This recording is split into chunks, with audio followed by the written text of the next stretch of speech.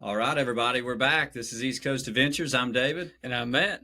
And we've got a special guest today, Chris Stayman, who somehow is actually sitting upright after running 100 miles this past weekend in 13 hours. But Chris is a pretty decorated ultra runner. He's had a very good year so far this year. We met Chris putting on some of our events. He actually ran Fort Frenzy this year in August, and he broke the course record, and he's the only person on that course that has broke 100 miles.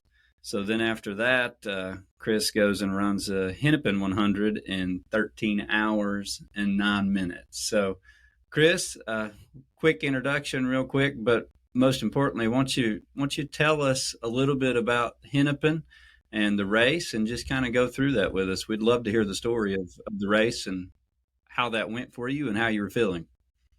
Sure. Yeah, sure thing. So, Hennepin, got a few races coming up in this month here. Hennepin being the first one in a chunk that's a little intimidating for me. So went into it a little nerved up. Felt pretty good overall though going into it. It's flat. It says it's flat and fast. You look the vert up on the course, and that's about what you can get. It's flat and fast. So it's Illinois. It's just lots of farmland country, rolling along the canal. Did you have a strategy, like pace wise, going into the race that you wanted to do?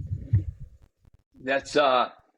I went into it honestly just going by feel. That's usually how I'll approach these races. I'll go into them just to see how my legs feel the morning of. Kind of when I start a race out, kind of find my spot in the pack, find somewhere good placement wise, especially if it's a trail race. This one had a lot of room to go around people, obviously, because it's just a pathway. But yeah, I usually just start out just going by feel. Try not to go too fast. Try to just live in my own bubble, my own space. That's really what I was doing. So kind of started out at 7.5 minute mile, somewhere in there. Some fast runners starting out, and you know how races are. You never know who's doing what sort of strategy people are going after. So you kind of just gotta stay true to you. That's what I've generally found. So that's kind of what I was doing. Did you have 7.5 minute pace? Man, that's stout starting out for a 100-mile race. Yeah, it was. And I had that in the back of my head too, because it's like, oh, am I going out too fast? I don't know. In my head, I probably would have thought, 8.5, 9, just go slow, but yeah, it felt good. I was feeling good all morning. You started out, usually I'll start out with, brought my belt, with the Carl Meltzer belt, the Ultra Spire one with the 2 bottles on it. Had that bad boy loaded up. Had it loaded up, just planned on kind of busting out 20-ish miles before stopping. So just kind of cruised the first few aid stations. And it was working well. It was nice and cool too. That helped a lot too. Just cool, flat. So, I mean, it was kind of about 40 degrees that morning. So yeah, that would be enough to run in. So what did you use for fuel? So what was your fueling strategy for trying to keep that pace? Oh man. So usually when I train, I try to do what I train with.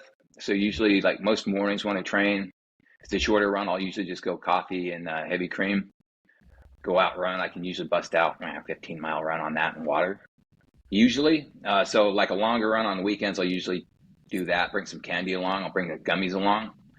So the morning of the race, like say Fort Frenzy, when I fueled for that, I just did espresso and heavy cream before the race.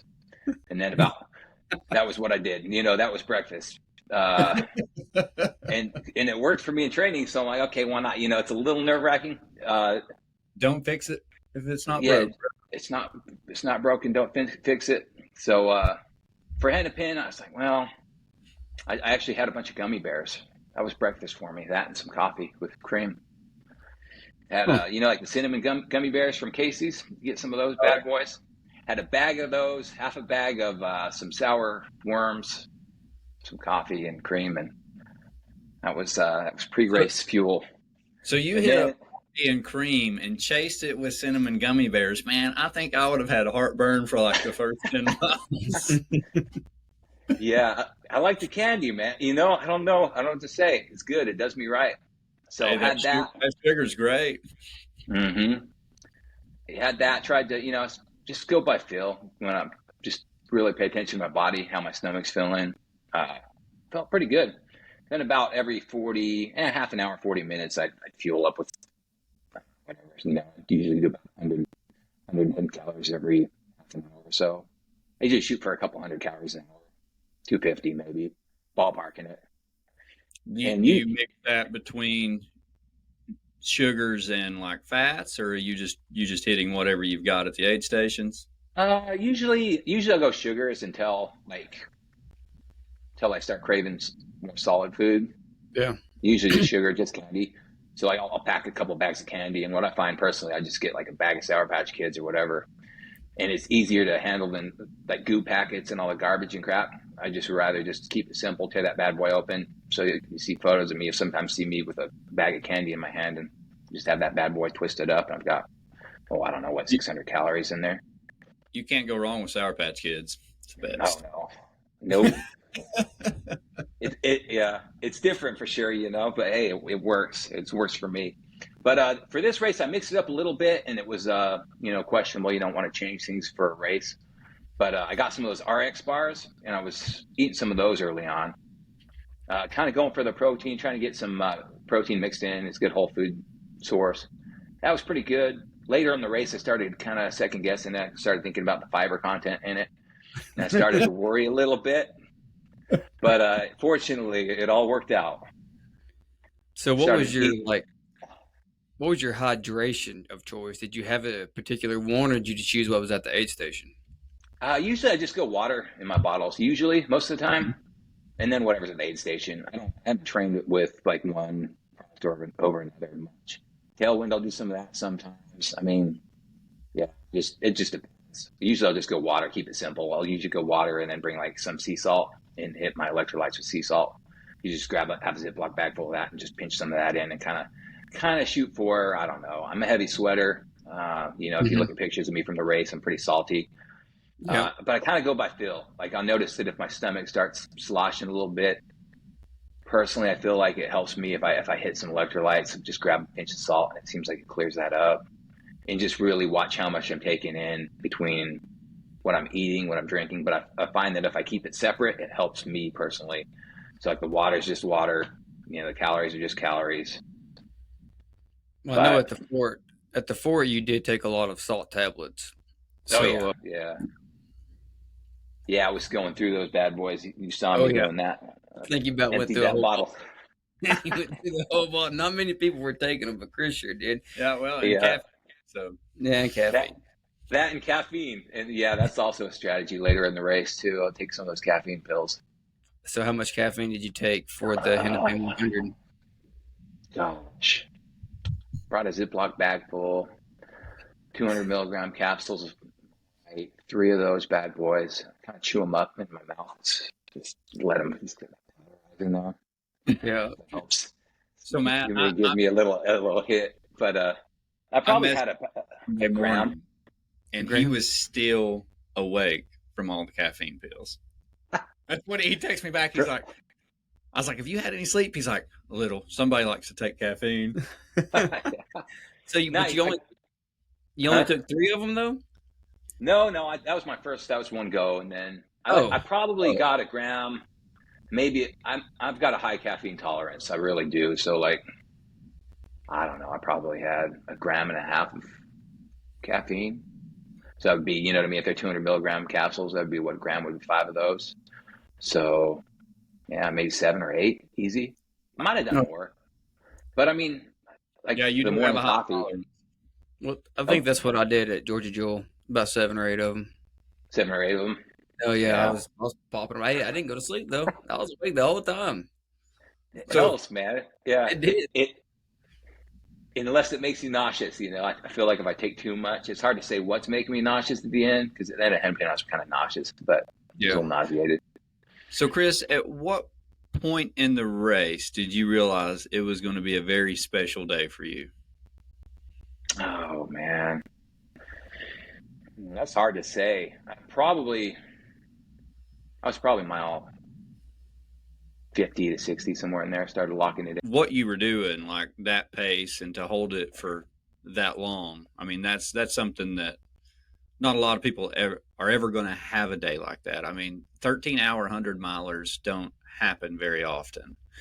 And I can only imagine the thoughts that started going through your head after, what you said, 50 miles. So how did that feel? And then did that change your strategy, and did that affect you any, or did you just continue with your plan?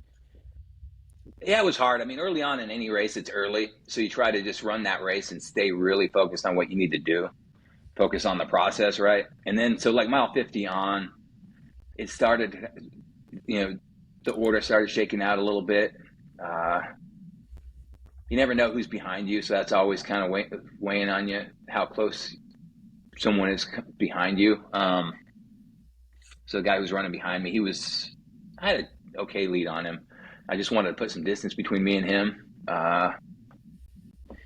So yeah, I can't remember what you're asking. What were you asking on that? So did that change your strategy any, like as far as fueling, or did you just continue with your plan? I just continued the plan, really. I mean, honestly, like if about mile 50 plus, I just kind of locked that. That guy was pushing me pretty good. He was holding some 7.5 minute miles at that point. He was looking really strong. What I noticed is what was his name? I think his name was. We'd roll into the aid stations together. I'd roll in and out really quick. He'd take longer, and I'd roll out. He'd catch back up to me, and we just go back and forth a little bit like that. But I kind of noticed he started to fade a little bit. You kind of see that, you know what I mean? You start seeing the tells, like his wife was with him. It kind of looked like she was getting a little concerned.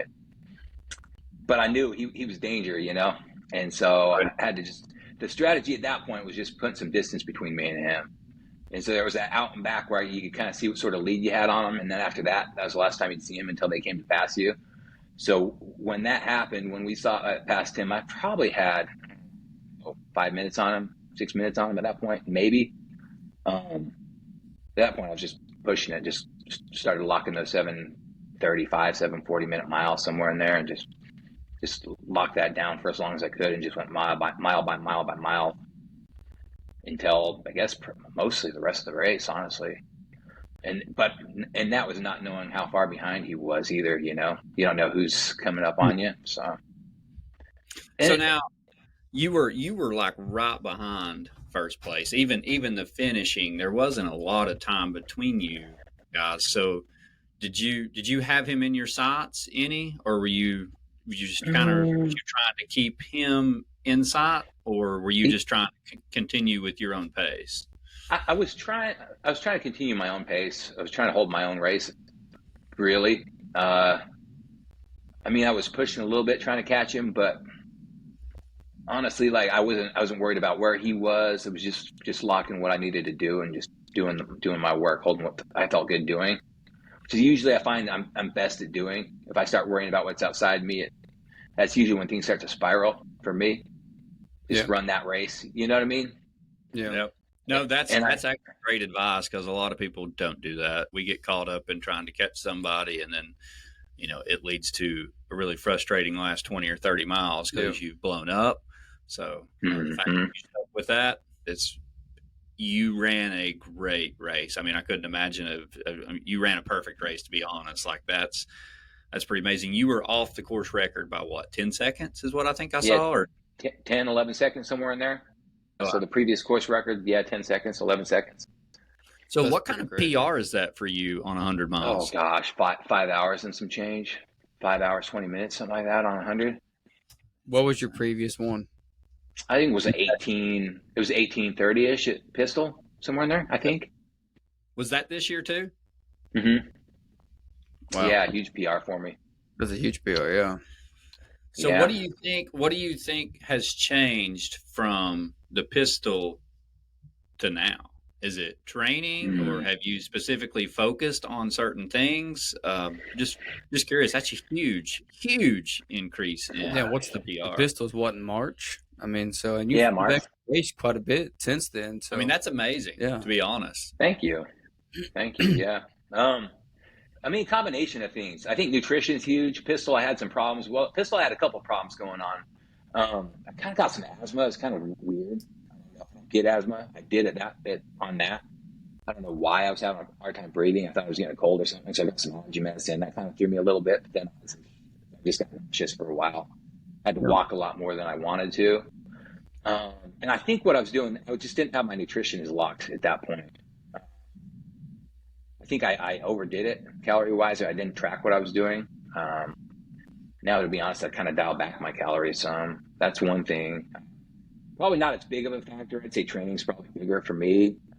Just more volume, lots of miles, lots of hard work through the week, just more consistent miles, boosting that fitness. That's helped a bunch. What is your weekly mileage? Oh, gosh. It varies. Well, I will tell you what his average Strava weekly mileage is, including his races, because I was looking at this. You average so far for the year 122 miles a week. Now, I don't know what your goal is, but that's crazy. But what do you try to target a week? Like, what is your goal? Yeah, usually I go by feel a lot. Usually I'm trying to hit 100. 100 is kind of my base level, unless it's around 100, like one of my races. Usually 100. I mean, when I peaked right before Hennepin or 3 weeks out, I kind of peaked out at 40 something. And then there was kind of a gradual taper that pushed a little bit, felt a little wobbly after that in terms of fitness. But yeah, 100 plus usually. I feel pretty good. I've been feeling pretty good. 110, 120 mile weeks, pretty damn good most of the time. When did you start trying to target that? I was just, going through your ultra sign up results, just looking. Yeah. I think it's right after Barkley Fall Classic. You see just it's a big change. Just average, like an average, results, and then all of a sudden it's just like a rocket ship. And I don't know if there was a switch that flipped or you decided, okay, it's time to get serious, but something definitely changed because you can literally see it, like the progression changes. Well, you can look at some of the races that he's done, like 2 of the same races from last year to this year, and there are huge differences in where you placed that and how you finished. So was that going from like casual running to like really dialing in your fitness, or do you think you've just learned and gotten better? It's a combination. I mean, the interest is definitely there. I mean, yeah, it's a combination of a couple things. I've always liked a challenge. So some of the ultra sign up stuff, I mean, gosh, so when I did Ball State, I mean, I did that. I was like untrained. I was pretty much untrained for Ball State. And I was like, at that point, I'd stopped running pretty much entirely. I was lifting weights a bunch. I was bulking a bunch, right? And I don't do moderation well. So when I'm bulking, it's easy just to eat like crap, right? And so, I mean, I think I was 240 something pounds going into that, 240, 230, something like that. And I think my yearly mileage going into Ball State was maybe 80 miles, maybe yearly for that whole up until July, right? Oh, so, wow. So in my longest run for that one was probably like 8 miles. It was 8 miles, and Greg Armstrong, he's notorious for doing the Tevas on the course, right? He's a beast, you know what I mean? So like, well, let me just test these Tevas out on my training run. So like I say, I was just lifting weights at the time, but so I kind of went into that just as a challenge to see if I could do it pretty much untrained, and I did. So at some point, the switch, it went from, okay, can I survive ultras to can I compete at them? And just kind of dialing it up, just a progressive dial up, getting more strict with training, with nutrition, just everything, and just like layering things one after another, So have you figured this all out on your own, or have you been using a coach or getting help? Just on my own. Yeah. Dude, that's amazing. Yeah. I mean, I'm always like reading things, podcasts. I'm always just digging into things. Yeah. But yeah, and lots of experimenting, but really just kind of discipline, and just what I like to do is take a habit, build a good habit, hold that habit, throw another good habit on top of it, another one, and just kind of layer it. And then next thing I know, it's just natural. Like it's all layered on, you know what I mean? Say like a gallon of water a day. Okay, I do that. And then it's like, okay, what else? Like a gram of protein per pound of body weight, do that. And then, you know, like all this stuff and just layer it. And I find it helps. And I will say that having protein helps a lot for me personally. I feel like that helps me with the 100-mile weeks quite a bit. Yeah. Because like say last December when I tried to hold down 100-mile weeks, and I did for December. By the time I think I did 4 or 5 weeks, and I just felt destroyed after those 100-mile weeks. And then now, not so much. I mean, now they're pretty good. You think that's because protein plus also your condition, but yeah, protein. Yeah, definitely. I think so. I think it helps a lot. Yeah. So, yeah. Let's switch gears just a little bit and talk about these races you have lined up that you've got going here. So, why don't you tell everybody what your plan is here? Because we just finished Hennepin 100. So, what's next in like 2 weeks? Yeah. So we've got no business coming up. You know that, David, right? We're ready to run that bad boy. Yes, we will. No business 100. You know, I mean, you've run it. You know the course. Interested to pick your brain about it as we go into it. Yeah, absolutely. Yeah, getting ready to do that. So what are we? How many days out are we from that? We're like 11 days, I think. 10 or 11 days. 10, 11 days. And you just finished 100 miles in 13 hours, like what, 2 days ago? Yeah, 2 days ago. Yeah. Yeah, so lots of recovery between now and then. And not to mention that you just raced Big South Fork. Yep. Yeah. What, a week ago? Yeah, a week before Hennepin, I raced Big South Fork. Yeah. How did you do there? That was good. I won it. I won that one. Oh, yeah, okay. First Cool. place. It was a good. Chris it was a good day. modest. It was a good day. So, do you have anything up after no business? Oh, he's got a whole bunch. Yeah, got the Barn Creek Backyard Ultra, the inaugural Barn Creek. Yes, Ultra. come hang with East Coast Adventures in the long run. Yeah, hopefully get a buckle out of that one. So if whoever's watching this, David, maybe you want to jump in it, pull that 100-mile. I wish I could. I'm one of the race directors, so I'll be working. I might run some laps with you all. I will say we're working on the first place, the Last Man Standing award. Yeah, definitely go. It's going to be nice. Very nice, very nice. My target's a little higher than a buckle. We'll see. If I can pull off a buckle, I'd be happy. But we'll see how it goes. I would like to get another buckle though, so that would be Will that be your first Last Man Standing? I did a virtual one during COVID. It was around my around the block around my house. I did 50 miles on that one. I kind of wimped out. It was I could have done more, but it's hard. I should have picked a better route because it was like running a block around my house, and like my bed was right there, all the good stuff, and it made getting into easy for me. So yeah, I called it 50 miles. Yeah, it was like virtual last runner standing one. Oh, you'll beat that PR by a lot this year. So hope to, but yeah, I hope to go as long as I can. I mean, have you looked at any other last minute standings for like 2024? No. What do you have in mind? We'll throw one out there, the Conquer. It's in January. Yeah. Yeah, so the Conquer is one me and Matt's been talking about. We talked about it with Josh Slaker, but tell him a little bit about it, Matt. It's I think it's like a 3-mile course, and you got like an hour to do it. But you pay $125 to sign up. Once you get there, you get $100 back. You keep that $100 with you the entire time. Once you tap out or you can't go no more, you put that $100 in a jar. There's only 100 people that can sign up. That could be a $10,000 prize for the winner. So whoever the last man is gets the entire jackpot of money.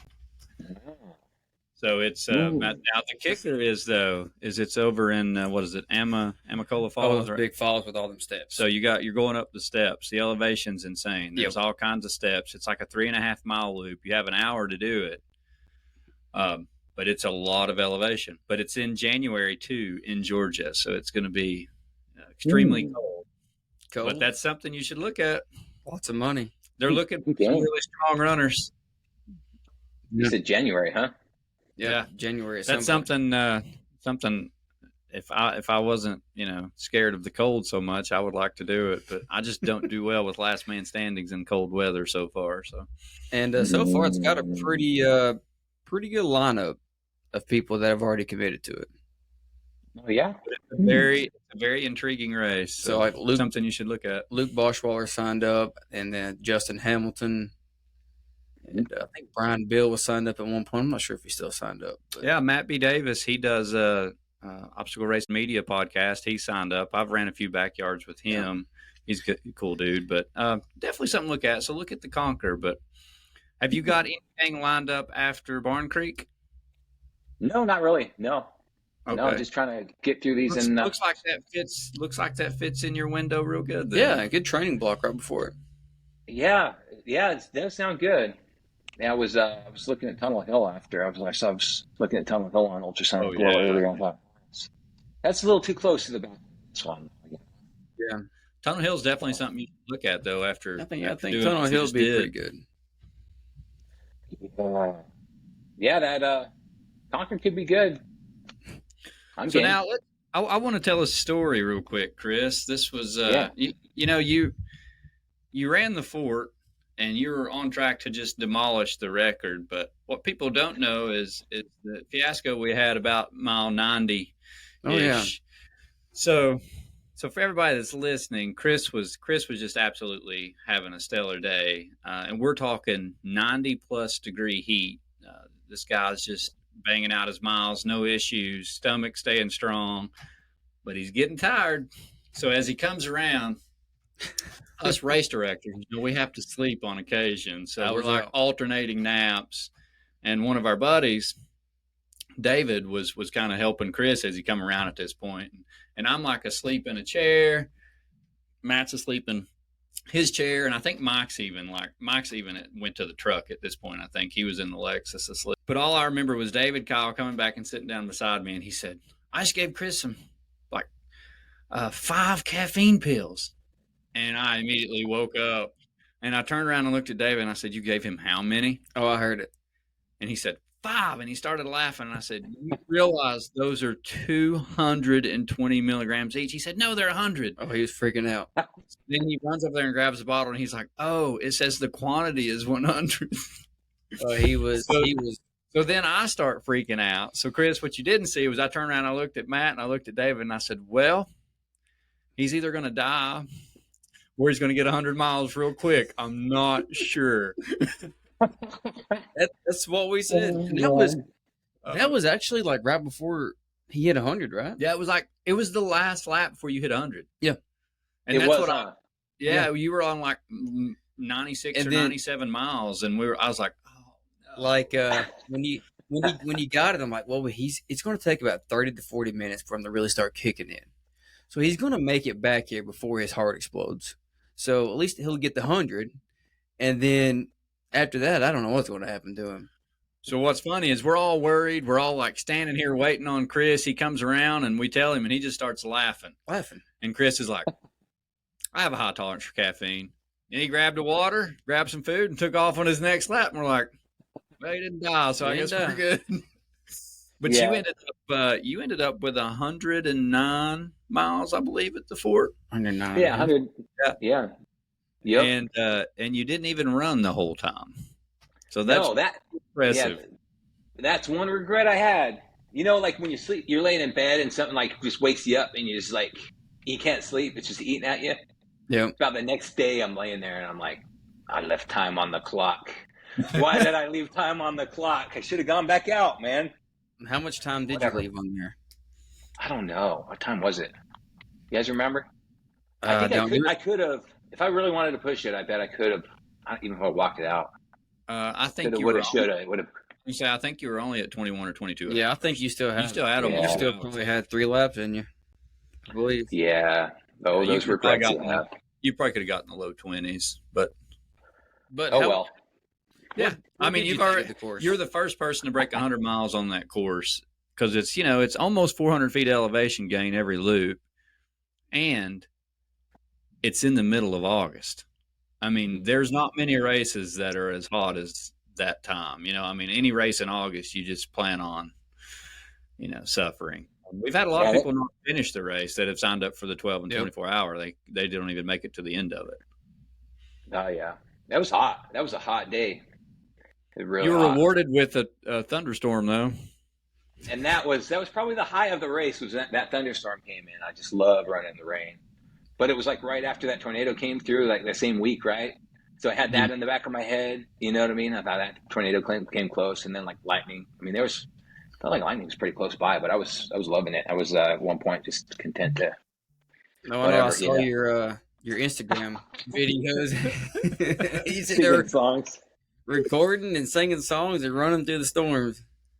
Yeah, I was happy, man. You hit that euphoric moment of singing songs, and I was running in the road shoes at that moment because they were suiting me well up until the trail got muddy, and so I almost slid off the trail at the end of that video. But I think it was Cooper that got all excited about the storm and thought that we were going to cancel the race or pause the race. So he come in and we're like clapping and we're like, good job. Keep going. And he just kind of was like, okay. You could see it on his face. And then he posted about it later. Like he thought that he was going to get a break. Yeah. Like we give you warning, like, hey, if it gets bad, take cover, but hey, keep on going. We're not going to pause it until it's crazy. Tents flown over, right? Oh yeah. Somebody got theirs like lifted straight up and then put into the trees and just sit straight back. There were several destroyed tents. Yeah, David Cowles, I watched that thing fold up like a little pretzel, just folded. I think it was Mike. Was it Mike he was giving me the warning? I think it was Mike. And I was afraid you guys were going to call it, And so I'm like, I'm running laps and I'm like, nope, it's not going to, you're going to have to DQ me. I'm going to keep going, I was like, do not stop it. So I'm glad you did. Every year that we put this race on, there is a storm at some point. The previous year, it was pretty actually. Yeah, last year I was dying. But the previous year, it stormed so bad. Our photographer's camera got ruined. Yep. We had to cover Tony's laptop and stuff up from the timing equipment. The rain was blowing through the pavilion. Trees were falling. And all the runners huddled up in the pavilion until the storm passed. Then they took off again. My tent got destroyed that year. Everything. And as soon as I got done, I did the 12-hour that year. And as soon as I got done, it just, torrential downpour. And I was in the lead for the men. And the two people right behind me, they were on the same lap. I'm sitting there waiting. I'm like, please don't come in. Please don't come in. It's just awful. Well, 12-hour hit. 30 minutes later, they came walking in drenched. And luckily, I didn't have to go back out. But it was bad. Oh, man. Yeah. Chris, I got a question for you now. So knowing that you got no business in like 10 days, 11 days, what does recovery look like? What's your plan for all this time you have to recover? I'll take it day by day. We'll see. I'm really tempted to go out and just do a little, just do a light run tomorrow, see how my legs are feeling, just get the blood flowing.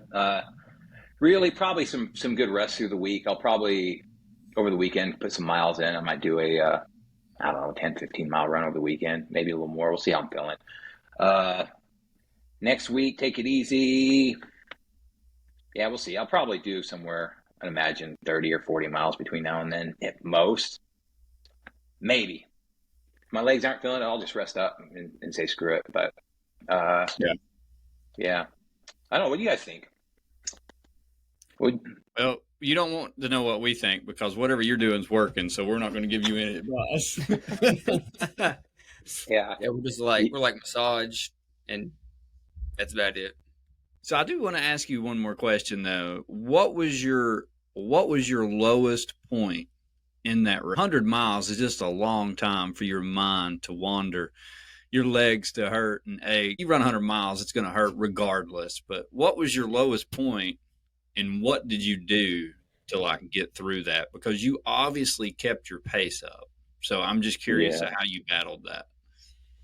I find what's kind of strange is at a low point. It's not every race, but a lot of times my low point's around mile 20, 25, somewhere in there. Like I'll notice my hips, they tighten up. And it's just like, it's almost like that marathon training wall you hit. People say you hit mile 20. I'll sometimes hit that.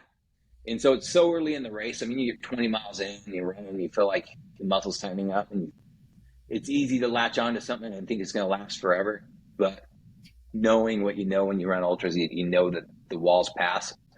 So, I hit a little bit of that, especially that sticking point where, people running around me, running really well. Like I say, I think it was Martin was his name, I think. He's running by me real strong, just smooth, and it's like, okay, here it is, But just try to keep my mind straight in that. But when I hit those dark spots, I just stay in that mile, really just try to, like if I'm racing, I'm really just focus on like no music, nothing, like no distractions, no pictures, nothing to distract my mind. It's just pay attention to my body and just live in that mile, and that's what I'll usually do to get through it.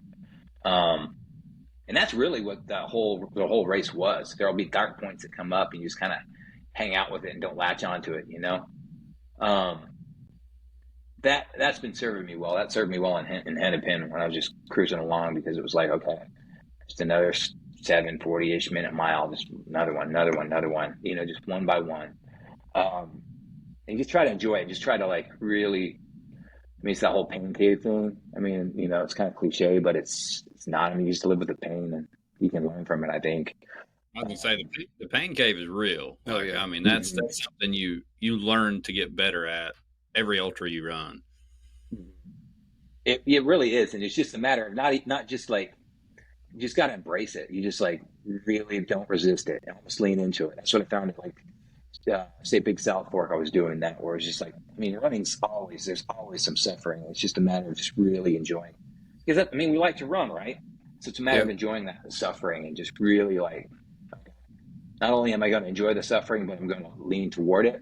So like sometimes if I'm running a race, I'll see approach another runner like from behind and I'm getting ready to pass them. And you kind of have that resistance because it's going to hurt some, you know what I mean? Because you have to divide it off and just either hang with them and play the little back and forth game, or break ahead and disappear, and hope you can shake them.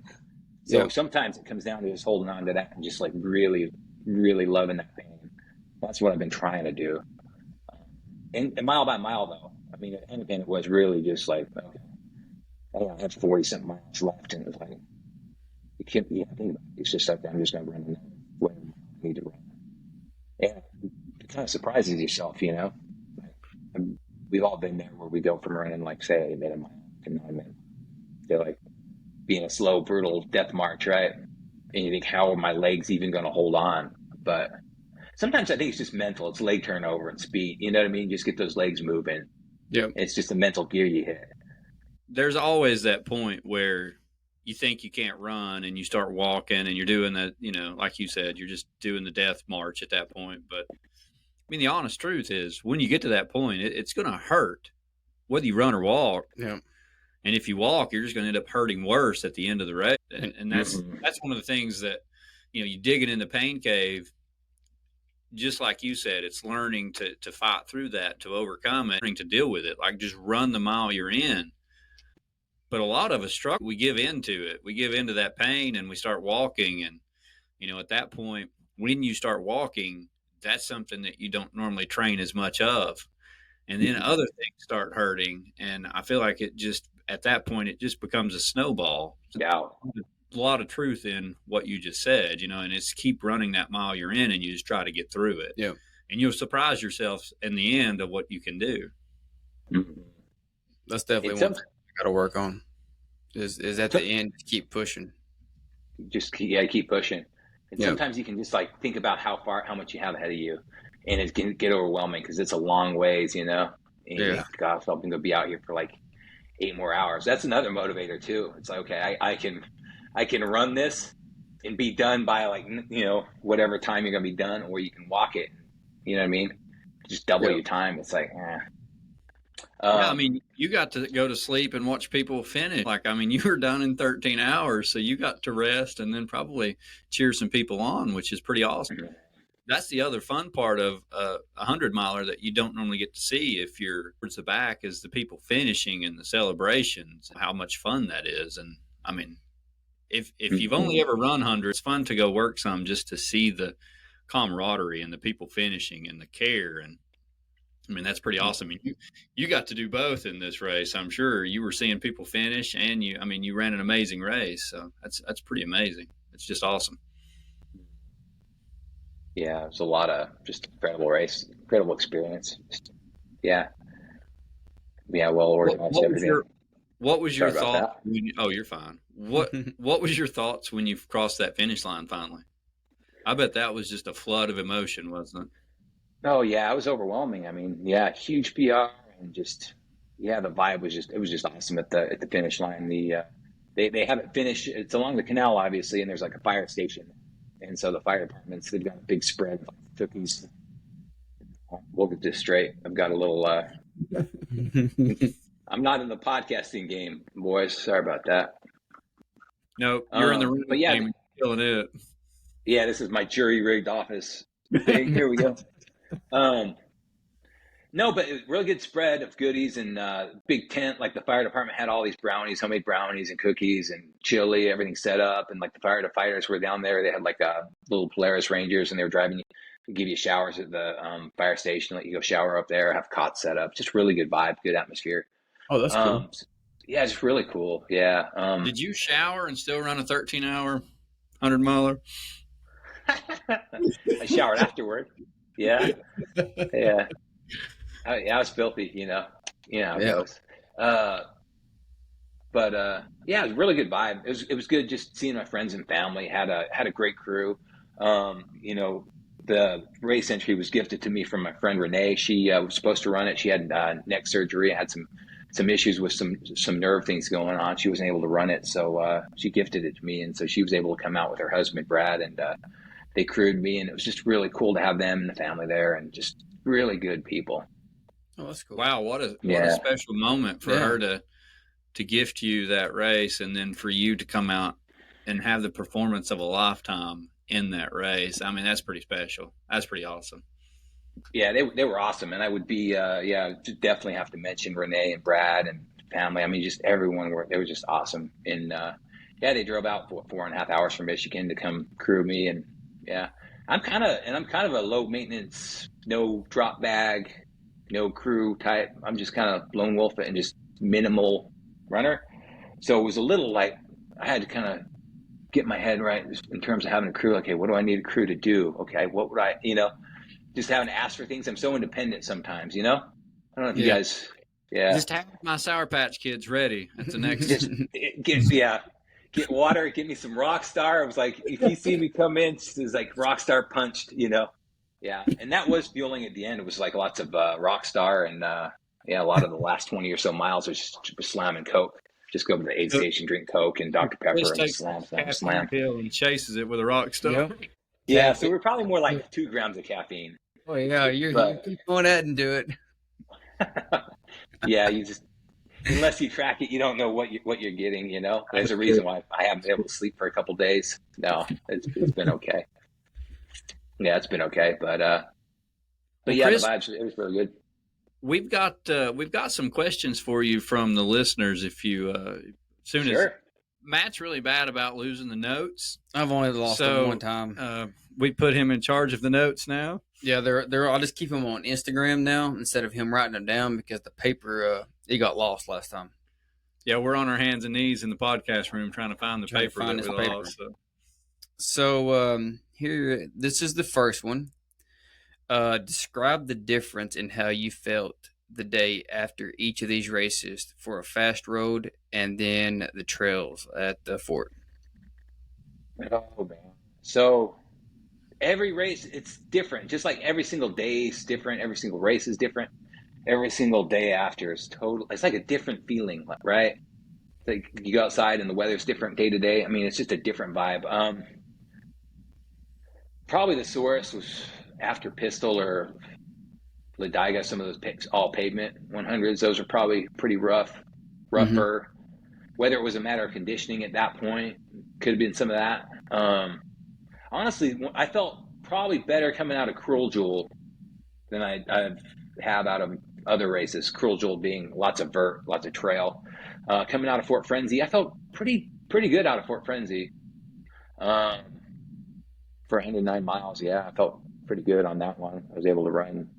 I think I did like a 30-mile run the next weekend almost. So yeah, it just depends. Like right now, yesterday was pretty sore. I mean, I was in the car a lot after Hennepin, but today I'm feeling pretty good. I'd say in general, it trends better.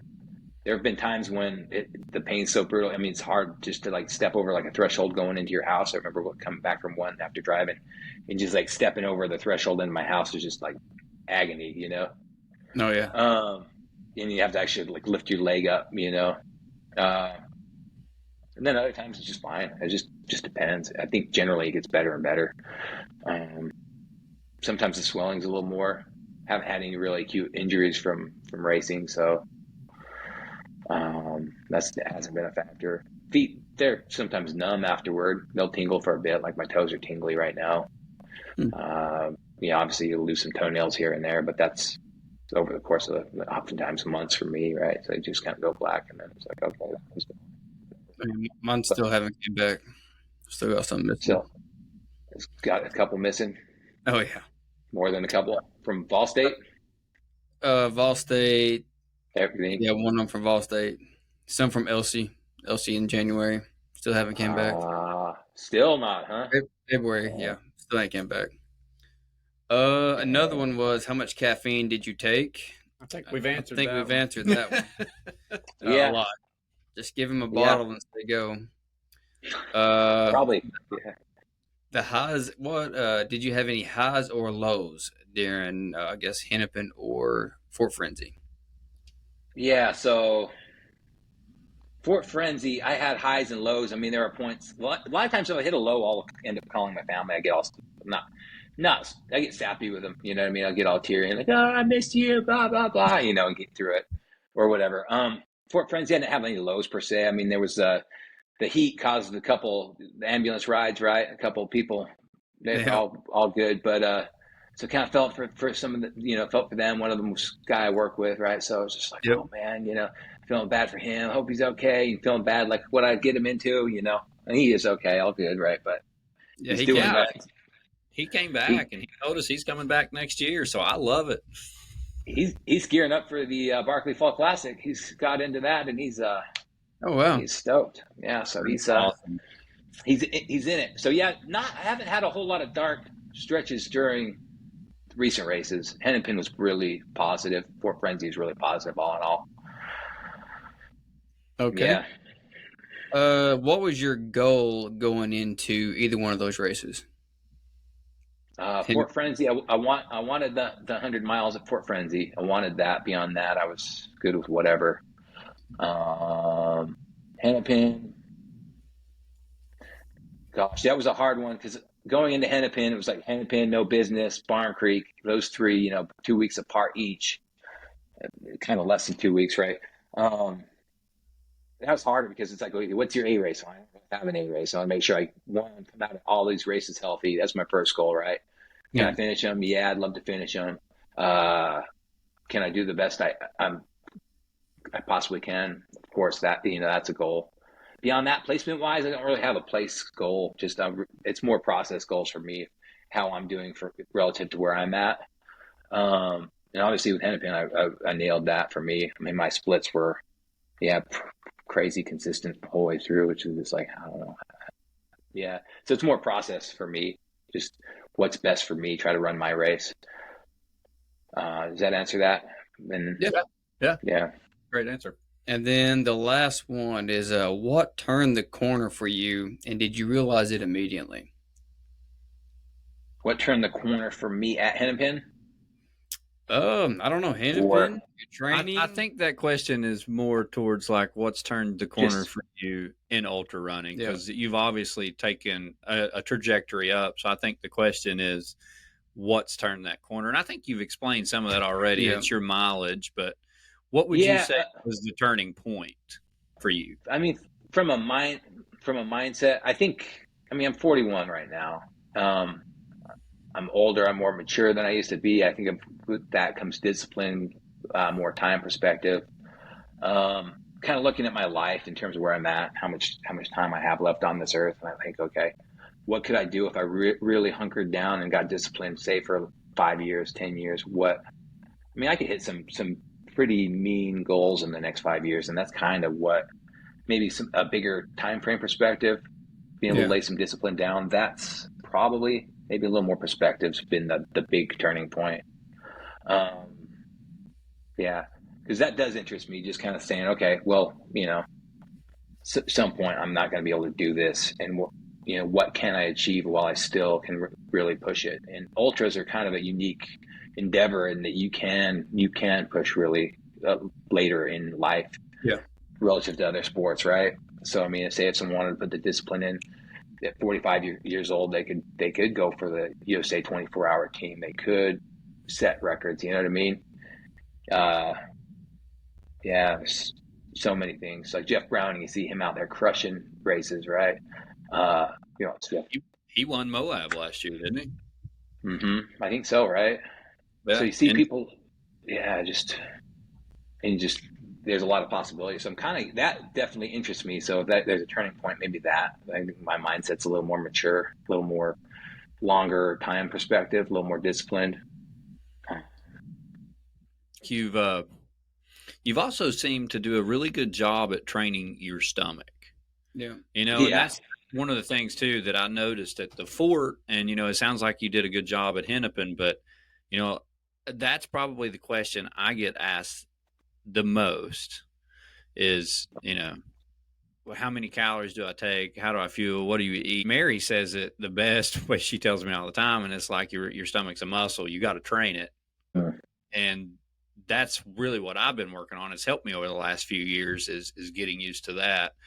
Did you ever have stomach issues when you started? On and off. I've had races where the stomach issues have definitely been a problem. And pistol, that was a problem. So I've definitely trained my stomach and just kind of knowing more like how many calories I need. Trying to stay consistent too, like being smart about what I'm doing, so I'm not changing things mid races, into races as much. And then sometimes in training I'll do these weird things like eat ice cream cones or a dozen donuts or whatever. Yep. But and that might help. It's definitely a fun way to break up the long run. Go get a dozen donuts and run home. But can you get them sprinkled with Sour Patch Kids? It's like rocket fuel. He definitely ran faster on the way home. Oh yeah, Brewster's ice cream and donuts and but train the stomach and be able to run with food in your stomach. That definitely helps. Yeah. But it's tricky though. You know how it is. Sometimes things work just fine. Sometimes they don't. Keeping the stomach happy is key though, for sure. Oh yeah. Well, I got one last question for you for myself. But what was your first ultra? Oh dang! First ultra I did one that was called Gnarly Bear. That you learn some lessons on your early races for sure. Oh yeah. So what distance was it? That was a 50K. It was the Gnarly Bear. 50K. Yeah, it was at a ski resort in Idaho. Oh wow! And so it was October, and Idaho they get snow a lot. I didn't expect it in October, but there was a big snowstorm the night before. It was like 4 or 5 inches of snow. Oh wow! And so I had these I didn't have trail shoes. I had these road shoes I'd been training in, and that was what my feet were used to running in. And I thought, okay, I'll be fine. But man, I was slipping and sliding all over the place. Lost my phone in the snow. Went searching for it for like half an hour. So I ended up doing a 25K, and they let me take the 25K. So I guess that wasn't even my first ultra, but I did end up doing it the 50K the next year. But I see your name on here, and it looks like that race has been replaced with a Spartan run. They don't even put it on them. Yeah, so, you're right. So for the listeners, what was the biggest learning from that 50K then, starting your first 50K? Yeah, there are so many things you can go into, like you go into things with the plan and especially early on, you think you've got a good plan and it's a terrible plan, say like my hydration pack that was like kept leaking on me. I think I put Pepsi in my hydration pack because that was my calorie source I was going for. I thought it was cool. But that's dripping like Pepsi all over my hands and crap. And so like the lesson there is like things go wrong, like you lose your phone, all these little things go wrong, and it's easy to get thrown by these little weird things that go wrong. But you just kind of have to learn to let go of all the little, it's just noise, Yeah. like all this stuff's just noise, and you can let it derail you or you just power through. So I think over the years, I've just learned the less that I think I can count on, the better. Like a lot of times, like I'm minimal in terms of what I bring. Like a lot of times, I just bring one pair of shoes, whatever, because it's like I don't want to bank on having something later on. Say a drop bag that doesn't get taken somewhere, and I'll have it, and it can really like mess with you. You know what I mean? Yeah. So yeah, the lesson I learned was just don't let little things derail you, and it's more about what you have with you. You've got your body's healthy, just power through. Yeah. You see people do crazy things and a lot less. I'm sure you and Matt are the same way. You go into a race with a goal or an expectation in your head, as far as like what you want to do for you. Mm-hmm. And when you see that goal going south, that doesn't mean you give up, though. Nope. That's some of the things I've seen just in the events we put on, and even other races where I run. And you've probably saw it in this past race. If they're not having the perfect race, they get upset, they get frustrated. Some of them will drop. For me, it's more of like, okay, well, A goal didn't work, I'm moving on to B goal. Well, B goals go up, I'm moving on to C goal. And like, it's just, you're just trying to get through it, because like in those moments, I feel like that's when you really grow as a person. Like that's when you really grow. That's when you find out what you can do when things get tough. And just to quit, to me, is one of those things like you were talking about for the fort. Not that you really quit, but you woke up and thought, man, I could have ran for 2 more hours. And that's the feeling that you don't want when you wake up the next morning. You don't want to wake up and say, man, I gave up too easy. Yeah. Because being upset about your time is a whole lot better than being upset about giving up. Yeah. I mean, that's something you'll have that regret for the rest of your life, as opposed to saying, okay, I could have done better. I'm going to learn from this, but I finished and I stayed in there and I've done it. It sounds like that's what you've done. And look at you now. I mean, what year was that race? Like your first 50? What was that? 2017, 18, 2018? Hang on. I am ultrasign up stalking you right now. So let's see. So the Gnarly Bear, 2018. So from 2018 to now, I mean, look at that. That's amazing. And I'm sure you had a lot of things that did not go your way in many races. But you've obviously worked at it, though. Mm-hmm. It's working at it, and I think, like I say, it's the process that matters. It's not the outcome. If you tag to an outcome, and when that outcome doesn't, it's better to latch on to things you can control, which is the process of what you're going after, and not the outcome. Not like, okay, I'm going to get first place. That doesn't matter as much as, okay, I'm going to do this, and like you focus on the process, Yeah. And what's best for you. That's works for me anyway. And I will say that that last was 2 podcasts ago, on this topic, you guys were talking about it. Just the regret you have when you wake up and think, I could have done better, Yep. I left this out there. I mean, that was resonating with me, and that was definitely something that helped me going into Big South Fork, helped me going into Hennepin, It was okay, I'm not going to leave anything, like I'm on the table, I'm just going to go all in and embrace it. And so you did. You left it all out there in this race. I mean, I'm glad that we helped inspire you just a little bit, but my goodness, man, you blew it out of the water. I mean, you were probably leaving the trail of Sour Patch Kids behind you. You were running so fast. So. Yeah, there might have been a couple dropped. I do remember dropping a couple, sadly. No, but there's a lot of truth to that, though. If people haven't ran some of these larger races and been in that position where all you got to do is give up. Yep. I mean, you don't understand what that feels like the next morning, and that's something that you don't forget. So you waking up every morning now from Hennepin, you're like, man, I left it all out there. And that is a feeling that's going to drive you into the next few races. And that's amazing. There's no better feeling than waking up in the morning and saying, I gave everything I had yesterday. I left it all out there. Mm-hmm. And not a lot of people can say that. Nope. So hats off to you and congratulations. I mean, this past week, that's a special moment. We should go celebrate that. A 13-hour 100-miler is impressive. That's something that is not done without a lot of suffering, a lot of work. People are going to see that you ran this 13-hour 100-miler, and they're like, oh, man, this guy's an amazing runner. What they're not going to see is that you weren't an amazing runner in 2018. You have worked, and you've worked your butt off to get to it. You're averaging 122-mile weeks. That's impressive. So, like, you worked for every bit of this, and you earned it, and you left it all out there. And, I mean, I just can't tell you how happy we are for it. It's absolutely amazing. We have a running group that we are on a Facebook Messenger, and we were all just celebrating you, man. I mean, it's absolutely Thank you. amazing. Yeah, I appreciate Mary's post on Facebook, and it's really nice. I mean, all just the positive vibes from that. It was just awesome. Just everybody reaching out. It's overwhelming for sure. Yeah, it's a lot of gratitude. But like you say, I mean, and it's hard work. You put the work in and do it, but it goes to show if someone's out there suffering. I mean, I've been there. I've been 240 pounds towing the line at the start line. You can work through things and get more healthy and change habits, and there's so much a person can do, and it's about just putting the work in and enjoying it. Well, you said it best earlier. It's the process. That is the work. It's the process.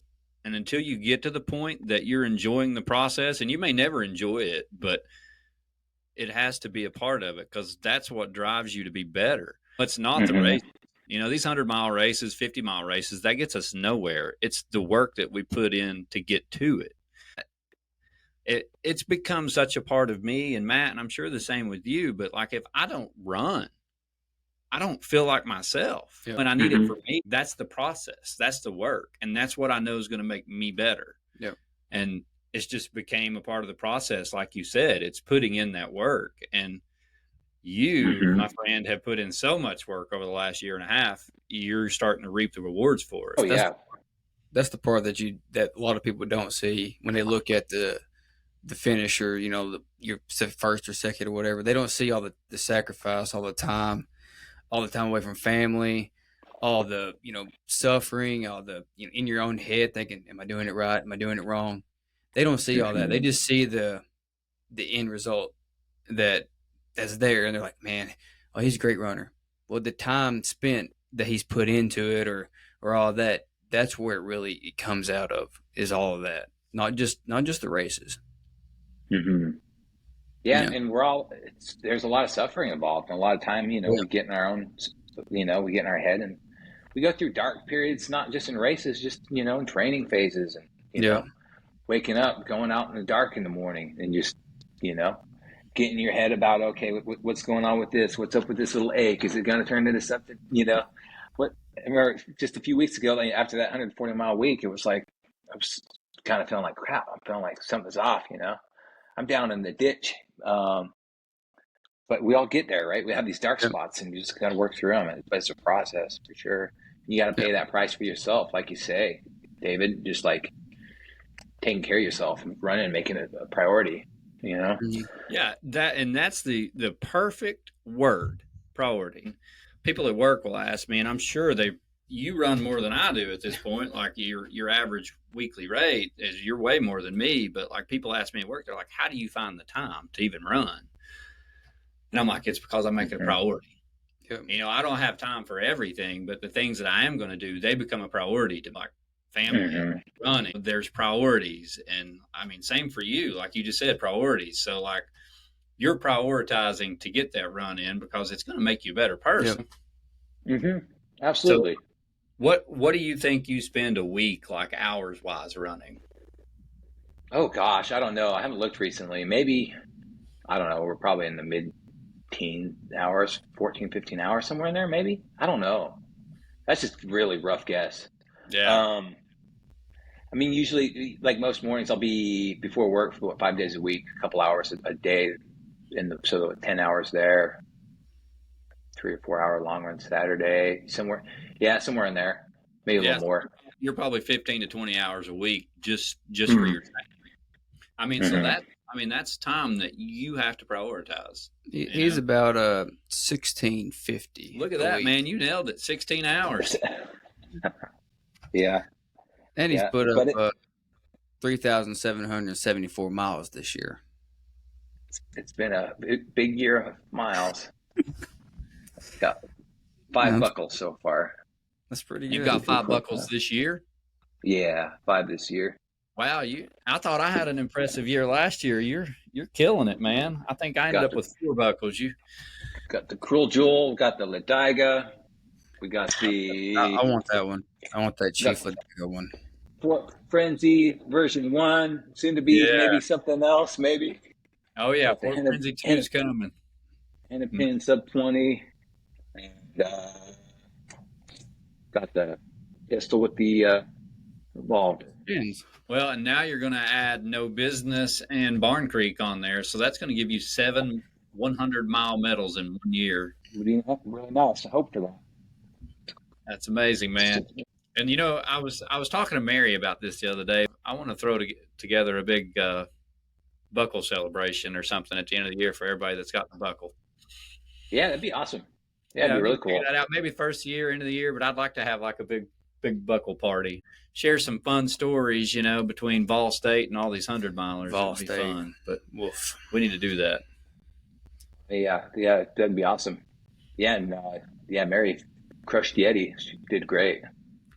I know, man. Congrats for me again. We're pretty blessed right now with Tennessee runners, and we got destroying some goals. I mean, you were second overall at Hennepin, and she was second overall at Yeti. I mean, and we're talking like just a week or 2 apart. So it's pretty impressive. I think No Business is going to be good too. I think there's some pretty strong runners in it, so it's going to be fun. I hope so. I really hope so. Looking forward to. It's just so beautiful up there. Looking forward to running up there. Yeah, Hennepin had it. Share it. I don't know if you've run around walnuts much.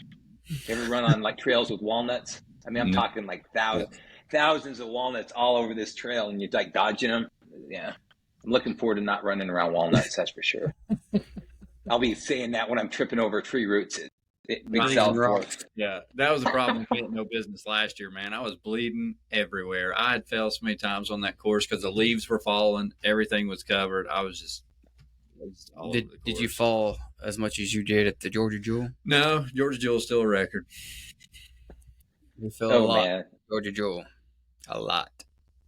Yeah. Well, Chris, I got to say, I don't really have any other questions for you. Matt, do you have anything else? No, that's So, Chris, do you have any questions or anything for us or anything we can do better at, race directing wise, or even this podcast?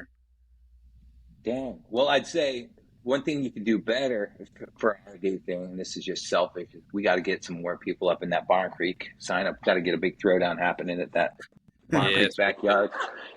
So if you're watching and listening to this, come throw down. We need to get that 100 miles. Yes. Then some, maybe 200 miles. We need some people out there to help get an assist. It's definitely a PR course. I've already ran it. We're going to have, I was talking to Ethan a little bit and Julia in the last day or two. I think we're going to do a course preview. They're wanting to try to do one Saturday or Sunday morning this weekend. So I'm sure they'll get something shared on Facebook, but that'll be kind of cool. Get some people out there and let them check out the course. But it's a little bit of gravel, a little bit of trail, a little bit of road. So it's kind of a good mixture. Cool. Yeah, that'd be a lot of fun. And David, how about goals for No Business? Anything you have in mind? Any thoughts going into this on your end? I think my goal is going to be the same as it was at Georgia Jewel. Georgia Jewel just didn't work out, but I've yet to run under 20 hours on a 100-mile trail race. So that's what I'm trying to go for. I was well on track for Georgia Jewel until about I guess about 60 miles is when my stomach went south, and it just kind of fell apart there. My stomach was going south after mile 10 or 12. There were several of us that had stomach problems. Matt did too. Still haven't quite figured that out. I normally don't have stomach problems, so that was very different for me. Last 40 miles, I couldn't even take in calories, so I was just surviving on Coke and water. But finished it. But no business. I'm going to shoot for 20 hours or under. I mean, I think I was 21 hours and some change last year, or 22. Maybe it's 22 hours. I think it was 22. I can't remember. But I'm going to shoot for under 20, and I'll get the double buckle this year for running it backwards. Or running it both ways. See, now, Chris, you're going to have to run it again next year so that you get both buckles. Yeah, I am, aren't I? Get this first buckle out of the way first, and then I don't want to count my eggs just yet, you know? That's right. But then I don't know what I'm going to do next year yet. I'm still trying to figure out. Southern states really interest me, the 200 miler. But man, I just really need to figure out what my goal is next year. I haven't quite decided yet. I've been all over the place. I've been talking about wanting to qualify for Team USA, the track race, and shooting for that. And then David Tosh drops the Southern States 200, and I'm like, that looks really fun. But my other goal, I've been thinking about this a lot over the last few weeks, but, I've podiumed several 100 milers, but I've not won one yet. You got to win. So now I'm thinking, I've got to figure out really what direction I want to go, but, maybe my goal might be next year just to focus on 100 miler and trying to, throw it out and take it. Yep. Yeah. So I don't know yet. What about you? You got any big goals next year? Oh, man. Not really. I'm just kind of not really. I want to bust some more hundreds out. I mean, Southern States 200, you've got me thinking about that. That's a good possibility. It's hard. Nothing's grabbing me just yet. I kind of would like to throw it out, considering trying to throw it out a pistol. See if I can really shave some time off that. Oh yeah. Be good. Being a USATF certified course and in Tennessee and state records and stuff. But the race director now is Brian Gages. He took it over, which is the same race director as No Business. Yeah. Seemed like a well-organized group. I don't really know him, but they seem like a really good group. Well, you already know one of the RDs. What's that? You already know one of the RDs. For pistol? Yeah. Or I guess assistant RD. Mary. Oh, yeah? Mm-hmm. Yeah, she's helped with it for years. She was actually updating the finishers while we were at Ohio doing the Backyard Ultra. Oh, really? Yeah. Yeah, I didn't know that. Yeah. Yeah, she helps with it every year. I'm sure she'll be helping Brian. So. Oh, awesome. That's cool. Yeah, it's a good-on race. What about you, Matt? You got anything? Yeah, Matt. You going for some marathons? Well, I'm going to do Firewater first, and I'm going to try to win that. Do my best. Awesome. And then marathons next year. I got 4 of them set up. Chattanooga, Knoxville, Nashville, and Memphis. Very nice. Matt's goal is to go to Boston. See if we can't beat you 1 time, 2 times. Go run and get it. See what we can do. That's awesome. Well, I tried to tag Matt in the No Business post today, but he didn't seem to bite on it. So I saw it and I said no. See, he could join us in putting in for that Western States lottery next year. I'm going to go try to win. I got to go try to my phone again. See, your phone even got excited when we said Western States. Yeah, Western States. Get me in. I gotta go try to win the first 50K I've ever done. That was the first one. Firewater was my first 50K I ever tried. That's near and dear to your heart. You got to do it. Well, I failed it with course too. 8 hours and 14 minutes, and I walked the whole second half of the race the first year. If you're not running it, Chris, you can come join me at the aid station. When is that again? 28th. Yeah, the end of the month. Yeah, it'd be a good recovery for you. Be the weekend after no business. So 28th, I think is that the Cross Knocks? I've got Cross Knocks, that road race. What is that, a 15K? I've got that road race in the mix there too. Oh, well, we'll be there all day. So you just come join. I might drop by. Yeah, I might be game. Yeah. We'll be in the same spot we were last year when you came by. Yeah, that's where I met you guys. Yeah, you brought me your award. I did, yeah. Yep.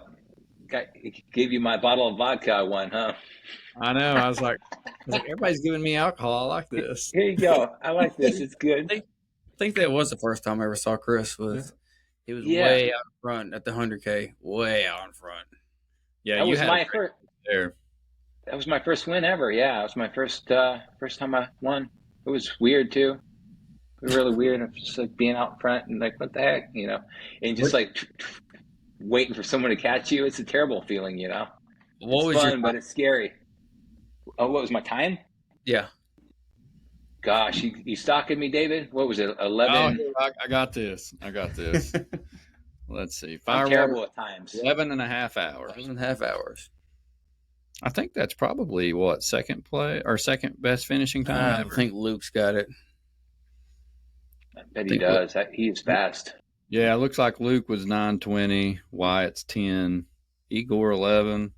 So your fifth overall best time. Doug Holder's right behind you, and then Tim Hill, and then Show Gray. So yeah, some fast people did that. Yeah, that's great. I mean, that's 11 and a half hours on that course. That's pretty. That course is a little deceiving. It really is deceiving. Mm-hmm. It's so runnable. I like that course. Yeah, it's great. Yeah. Yeah, that second, the south side of that's definitely more climbing. That was a little rough for sure coming back. Oh yeah. Especially when you hit that rocky section. Which one? Mm-hmm. When you get past the campground. Oh, Lauderdale. Yeah. Call it Jackson Bend. Well, you absolutely crushed it on that race, though. You look great when you come through. Thank you. Yeah, you guys amped me up. You got me all excited. Yeah, you were all sorts of enthusiastic, and yeah, had the Theragun out. Like, need a massage? No, good. Just the enthusiasm was great. I mean, I remember springing out of there. Both times I went through the aid station, but it's in particular going back out toward the finish, just feeling amped up running down that road. Yeah. And that was all you guys' energy at that aid station. So definitely my favorite. We're having a party wherever we're at. He made it back before I even made it down there to the. Yeah. Matt was still running, and I think Mike was running the aids. No, was Mike running? Did he run? No, he didn't run last year. No. Oh, it was me and David Kyle ran the relay last year. Yeah, you and him ran the relay. I thought him and Bella ran the relay though. Year before. Okay. Yeah. This has been my fourth year running Firewater. Fourth time's a charm. He's got it. Hey, it's got better every year. So hopefully it doesn't blow up this time. It's your year. Any strategy going into it? What do you tweak? Send it. You've inspired him. He's going for sevens. No. Sevens. I don't know. We're going to keep it in the 8s and 9s and then see how long we can hold that. Yeah. We ain't going to. I did, I think, 7 for the first 2 miles last year. Yeah, so we ain't doing that. I think all he's missing, Chris, is a bag of Sour Patch Kids, and he can probably do it. It's what you need. Sour Patch Kids, and if those start to fail you, just chew on some caffeine pills. Caffeine tablets. Hey, we'll have them there. Just chew on them. It's bitter for a little bit, but if you just let that powder just get in your gums, and it's just like instant hit, you're good. Well, you know they say caffeine goes faster through your mouth instead of actually swallowing it. So hey, I believe it. Sometimes mile 60 or so, it doesn't help your appetite, but whatever. Couldn't imagine. I could see Matt taking Tylenol. He would be. I'd be puking everywhere. He'd be puking all over that course. Oh yeah, more than I already do. Yeah. Yeah. Good stuff. Well, anything else for us? I think, like I said, I think we're done with questions. But anything else for us? Nope. That is it. I kept you long enough. Thanks for having me on the podcast. And thank you. We appreciate your time. And to be honest, I didn't know if you would feel like it after a 13-hour 100-miler 2 days ago, but we appreciate your time, man, and we are just so extremely proud of what you've done. Yeah, it's absolutely amazing. Take it all in, enjoy it, and we'll be reaching out to you soon, man. Thank you guys, and I'm digging the singlets too. I'm digging the gear. Oh, yeah. Good. You guys working on stuff over there. We'll be talking to you about that very soon. Cool. Well, Chris, it's been fun, boys. You take care. Thank you so much for your time today. Thanks, man. Yeah, for sure. Yep.